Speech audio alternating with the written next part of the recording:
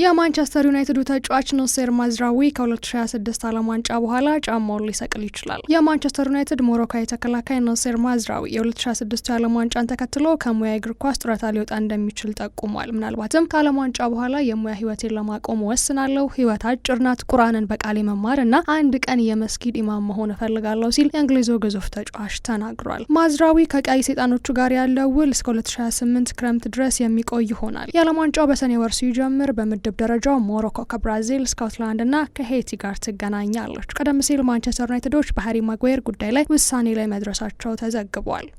ባርሴሎናን እምቢ ማለት ከባድ ነው። ማርክ ኮኮሬላ ስለ ባርሴሎና የመመለስ እድልን በተመለከተ ሲናገር እምቢ ማለት ከባድ ነው ብሏል። ማርክ ኮኮሬላ ወደፊት እድሉ ቢፈጠር ወደ ባርሴሎና የመመለስ ጥያቄውን ውድቅ ማድረግ እንደሚከብደው አምኗል። ከባርሴሎና ታዋቂ የላማሲያ አካዳሚ የተገኘው የቼልሲ ግራ መስመር ተከላካይ ወደ ልጅነት ክለቡ መመለስን አሁንም እንደሚያስብ ገልጿል። ማንኛውንም ውሳኔ ቤተሰቡንም እንደሚያካትትም አጽንኦት ሰጥቶ ተናግሯል። ኮኮሬላ ስፔን ከግብጽ ብሔራዊ የእግር ኳስ ቡድን ጋር በምትገጥምበት ጨዋታ ላይ ሲናገር እምቢ ማለት ከባድ ነው፣ ስለኔ ብቻ አይደለም፣ ስለ ቤተሰቤ ማሰብ አለብኝ እና ምን ውሳኔ እንደሚደረግ እናያለን ብሏል። ስፔኑ ኢንተርናሽናል ወደ ላሊጋ መመለስ የሚያስብበት ነገር እንደሆነ አምኗል። ምንም እንኳን በቅርብ ጊዜ ውስጥ ባይሆንም ሁልጊዜ ወደ ኋላ ስለመመለስ ታስባለህ፣ እኔ እዚያ ነበርኩ፣ በጣም ደስተኛ ነኝ፣ ቤተሰቤም እንደዚሁ ሲል ኩኩሬላ አክሏል።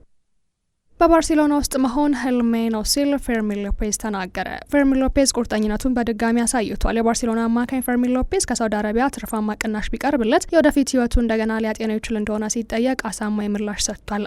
ይህ በእያንዳንዱ ግለሰብ በእያንዳንዱ ተጫዋች ወቅታዊ ሁኔታ ላይ የተመሰረተ ነው፣ ግን ለእኔ በባርሴሎና መሆን የመጨረሻው ነገር ነው፣ ህልሜ ነው ሲል ስፔናዊው ተናግሯል። በደሞዜ ደስተኛ ነኝ፣ ሁልጊዜም ተጨማሪ ነገር ትፈልጋለህ፣ እውነቱን ለመናገር ግን ደህና ነኝ ብሏል። የ22 ዓመቱ ተጫዋች በአመቱ መጀመሪያ ላይ እስከ 2031 ድረስ በባርሴሎና የሚያቆየውን የረጅም ጊዜ ኮንትራት ፈርሟል። በዚህ ውድድር ዘመንም በሁሉም ውድድሮች 12 ጎሎችን ሲያስቆጥር 16 አሲስቶችን አስመዝግቦ ድንቅ ብቃቱን አሳይቷል።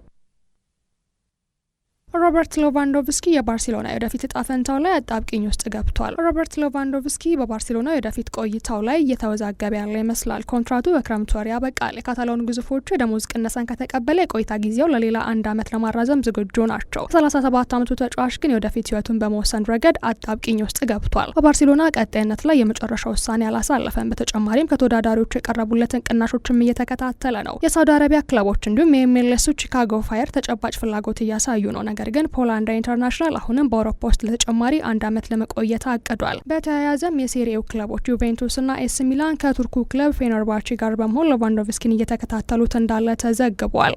ስፔንን የማትደግፉ ከሆነ ቤታችሁ ቆዩ። ሉዊስ ዴላ ፎንቴ ዮአን ጋርሻን በተመለከተ ለስፓኞል ደጋፊዎች ግልጽ ማስጠንቀቂያ ልከዋል። የስፔኑ አሰልጣኝ ሉዊስ ዴላ ፎንቴ ከግብጽ ጋር በሚደረገው ጨዋታ ለስፓኞል ደጋፊዎች ጠንካራ መልእክት አስተላልፈዋል። ክለቡ ታማኝ ቢሆንም ብሔራዊ ቡድኑ ሙሉ በሙሉ እንዲደግፉ አሳስበዋል። ጨዋታው በአርሲዲ ስቴዲየም ሊካሄድ ስለሆነ ዮአን ጋርሻ ወደ ባርሴሎና መዛወሩን ተከትሎ ውጥረት ሊፈጠር ይችላል ተብሏል። ዴላ ፎንቴ አድሎቻችሁን ቤታችሁ ውስጥ ትታችሁ ስፔንን ለመደገፍ ብቻ ነው፣ ካልሆነ ግን ቤታችሁ ቆዩ ብለዋል። የስፔኑ አሰልጣኝ ጨዋታው ታዲያ ወዳጅ ጨዋታ እንዳልሆነም አጽንኦት ሰጥተዋል። የቡድናቸው ምርጫ በተወዳዳሪነት ብቻ የሚመራ መሆኑንም አክለዋል። ጋርሻ ከግብጽ ጋር ባለው ሚና ላይ እርግጠኛ ለመሆን አሁንም አለ፣ በእርግጠኝነት መናገር አልችልም፣ ምን እንደምናደርግም እናያለን ሲሉ ተናግረዋል። ስፔን ከግብጽ ብሔራዊ ቡድን ጋራ የወዳጅነት ጨዋታዋን ምሽት 4 ሰዓት ላይ የምታደርግ ይሆናል።